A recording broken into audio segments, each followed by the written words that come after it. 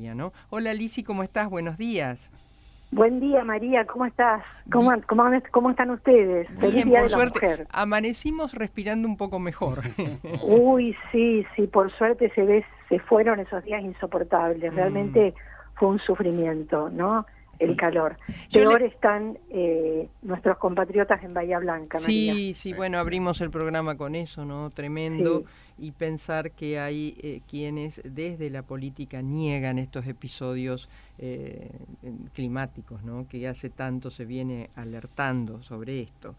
Sí, De, por ahí te escucho un poco entrecortada, ahora eh, mejor. bueno, te decía que hoy en este Día de la Mujer, yo le pedía a Lisi que, bueno, que nos, de alguna manera, si se puede, sintetizar y tal vez, no sé, Lisi, has buscado sintetizar en alguna mujer nuestra, bueno, todo el desarrollo que la mujer viene teniendo en nuestro país, ¿no? Exacto. Bueno, es bueno recordar que se festeja el 8 de marzo por el episodio del 8 de marzo de 1857, cuando 129 obreras textiles de la fábrica Cotton de New York fallecen en un incendio mientras se manifestaban en contra de la extensa jornada laboral, los bajos salarios, las precarias condiciones de trabajo y la diferencia que sufrían en relación con los hombres. Han pasado 168 años después de aquella huelga de mujeres trabajadoras. La lucha sigue en pie, Mm. se ha evolucionado mucho, se ha alcanzado mucho, pero todavía tenemos, sobre todo en nuestra región, las mujeres y las niñas son las más afectadas por la pobreza y la desigualdad. Es bueno hacer un hilo conductor e imaginario entre todas las mujeres aristócratas, campesinas, indígenas, artistas, periodistas que dejaron una huella imborrable en la historia argentina. En aquel primer relato histórico que se hace a finales del siglo XIX y principios del siglo XX, cuando se configura el Estado Nacional, las mujeres estaban invisibilizadas. Incluso aquel primer relato es un relato únicamente de héroes militares hasta despojados de una posición política. Es un relato masculino y patriarcal.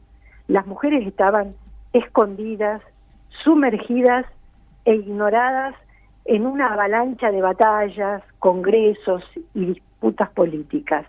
Con el tiempo supimos que estas mujeres tuvieron un rol importante en la configuración de una Argentina naciente, no detrás de los hombres, sino de protagonistas con su propia voz. Cumplieron un rol importante durante la colonia, participaron en las batallas, ayudaron a alcanzar el voto femenino, lucharon por mejoras laborales. No me quiero olvidar de las mujeres de los pueblos originarios, las mujeres indígenas que resguardaron los secretos ancestrales, que cuidaban a su prole, que se quedaban mientras los maridos salían a luchar.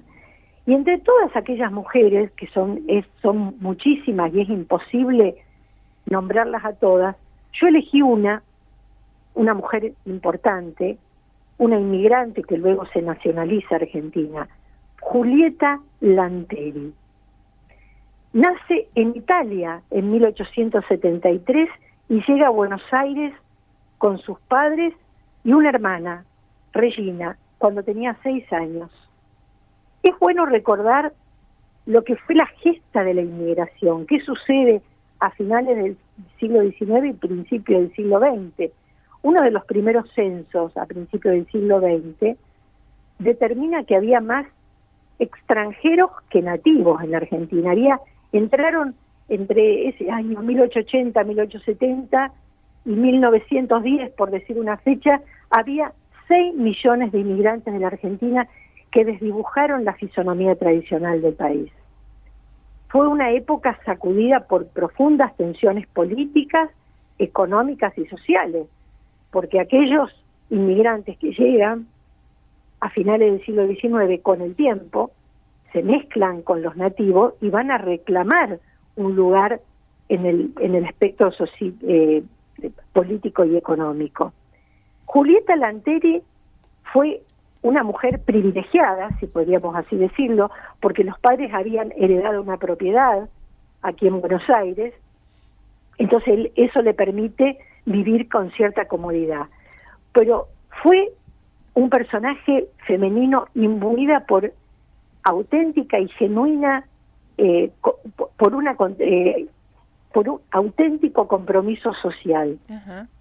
Fue la primera mujer en estudiar y recibirse, he aquí la primera transgresión, de bachiller en el Colegio Nacional de La Plata, cuando la educación, que estaba restringida a un grupo, segregaba a las mujeres, por así decirlo, en las escuelas normales. Aquella niña que pertenecía a una familia con cierto nivel económico tenía que ser maestra. Aquí ella tiene la primera transgresión. Se recibe de bachiller en el Colegio Nacional de La Plata. En 1896 solicita al decano de la Facultad de Medicina, el doctor Montes de Oca, el ingreso a la carrera de medicina. Se recibe de farmacéutica y 8 años después de médica. Fue una de las primeras 5 médicas argentinas junto a la conocida doctora Cecilia Grierson, otra hija de grandeces.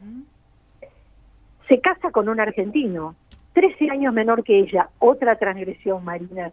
Claro. Elige un hombre mucho menor que ella. Claro. Y durante su matrimonio obtuvo la ciudadanía argentina. Funda con la doctora Cecilia Grierson la Asociación Universitaria de Mujeres Argentinas, la Liga Argentina de Mujeres Librepensadoras y el Partido Feminista Nacional. ¿Qué te parece? Impresionante, digamos, toda esa trayectoria, ¿no? Porque, digo, hay que ubicarse. Yo, mientras te escuchaba, trataba de remontarme a la época. Hay que remontarse para encontrar toda esa valentía que había que tener para poner, como diría mi abuelo, el punto sobre la I, ¿no? ¿Qué te parece? En el primer congreso internacional, que eso hablaríamos en algún otro programa con claro más, que sí.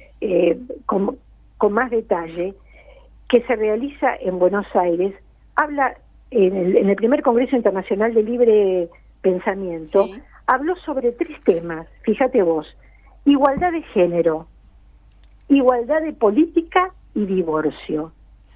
En ese año del centenario, en el año 1910, que se estaba discutiendo acaloradamente la ley electoral, porque aquellos primeros argentinos, productos de la hibridación gaucho-gringa, 1910, ya hacía casi 40 años que entraban extranjeros a nuestro país, se exigía no solamente distribución en la renta nacional, sino también un lugar en la participación política. En ese año de 1910 se realiza el primer Congreso Internacional Femenino. Participa en el primer Congreso del Niño y además en la primera Liga Argentina contra la Trata de Blancas. Claro, porque en aquel momento creo que hacía furor, ¿no? El tema justamente de la trata de blancas, y había un epicentro acá en Rosario. Acá en Rosario, importantísimo. Su lucha se inclinó no solo por el voto femenino, sino también por las condiciones insalubres de las obreras privadas de cualquier derecho. La pelea contra los proxenetas y funcionarios que se enriquecían con la prostitución femenina y la exigencia del derecho del divorcio. Fue la primera mujer candidata a diputada por el Partido Feminista Nacional.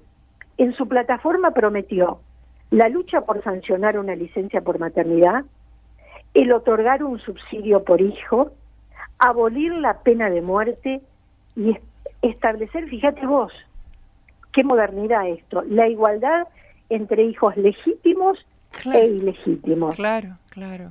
Decime, pero, Lisi, sí, ¿y dónde aparece la doctora Moró de Justo?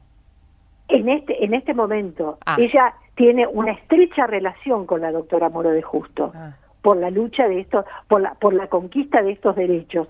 Una de las frases de ella era: nadie nos regalará nada, los derechos hay que conquistarlos. Pero el hecho que la distingue, y por qué la elegí a la doctora Lanteri, que la distingue del resto de las mujeres, es en el año 1911, a un año de la ley electoral, de la sanción de la ley Sáenz Peña, del voto secreto y obligatorio, cuando obtiene, ella quería dar clase en la facultad. Cuando se presenta en la facultad, ya médica por supuesto, le niegan esta condición, este derecho por su condición de inmigrante. En el 1911 obtiene la Carta de Ciudadanía Argentina y cuando se presenta nuevamente para ocupar un cargo como docente en la facultad, se lo niegan por ser mujer. Claro. Imagínate esta señora con estas inquietudes, ¿qué piensa? Sí. ¿Qué hace? ¿Y con se estaba fabricando el padrón electoral en Buenos Aires para las elecciones municipales de ese año 1911. ¿Qué hizo Julieta?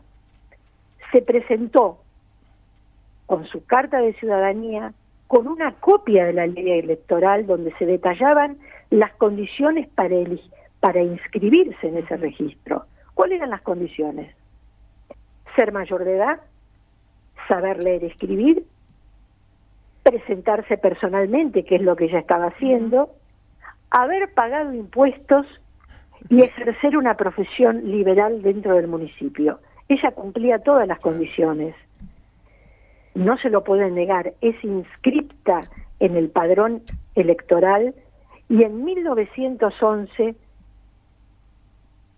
cuando todavía faltaban 36 años para la aprobación del voto femenino en la Argentina, la doctora Lanteri se convirtió en la primera mujer sufragista sudamericana en la historia, no solamente argentina, sino sudamericana. Mirá lo que hace. Ella encuentra un resquicio legal dentro de la ley, o sea, no se le permitía a las mujeres votar, pero tampoco se los impedía. Claro, entonces ella inteligentemente utiliza ese vacío legal. Haga tanta osadía y tanto valor, le costó muy caro. Muchos años después, en febrero de 1932, a los 59 años, en la esquina de Diagonal Norte y Suipacha, fue atropellada por un auto que se subió a la vereda marcha atrás. El conductor era David Klappenbach, un afiliado de la Legión Cívica, el único partido autorizado en aquella década infame. Claro. Atropello y fuga, María. Muere 2 días después. Jamás se aclaró oficialmente su asesinato, porque lo tenemos que decir con todas las letras.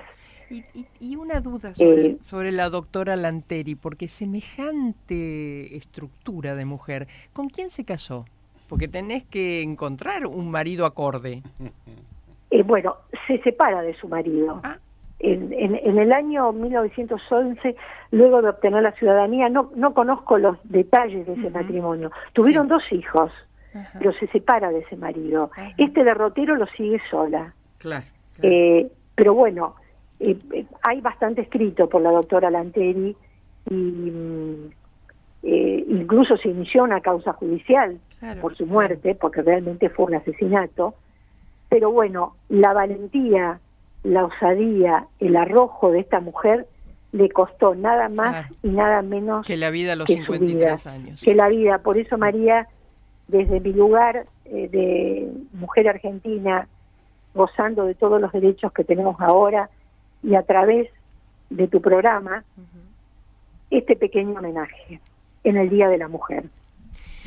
Lisi, un beso enorme, muchas gracias y sé que, bueno, por unas semanitas no vamos a tenerte porque también tenés otros compromisos familiares, pero bienvenida cuando regreses y continuemos con esto que es hermoso, ¿no? Ir conociéndonos a través de nuestra historia. Gracias, María. Feliz Día de la Mujer y un cariño a todos. Gracias, gracias. La doctora Lisi Rodenas. Con Banco Santa Fe, aprovecha estos beneficios para una vuelta a clases con todo. Del 6 al 8 de marzo, paga con tus tarjetas de crédito a través de Modo y disfruta un 20% de ahorro sin tope de reintegro y hasta 3 cuotas sin interés en tus compras.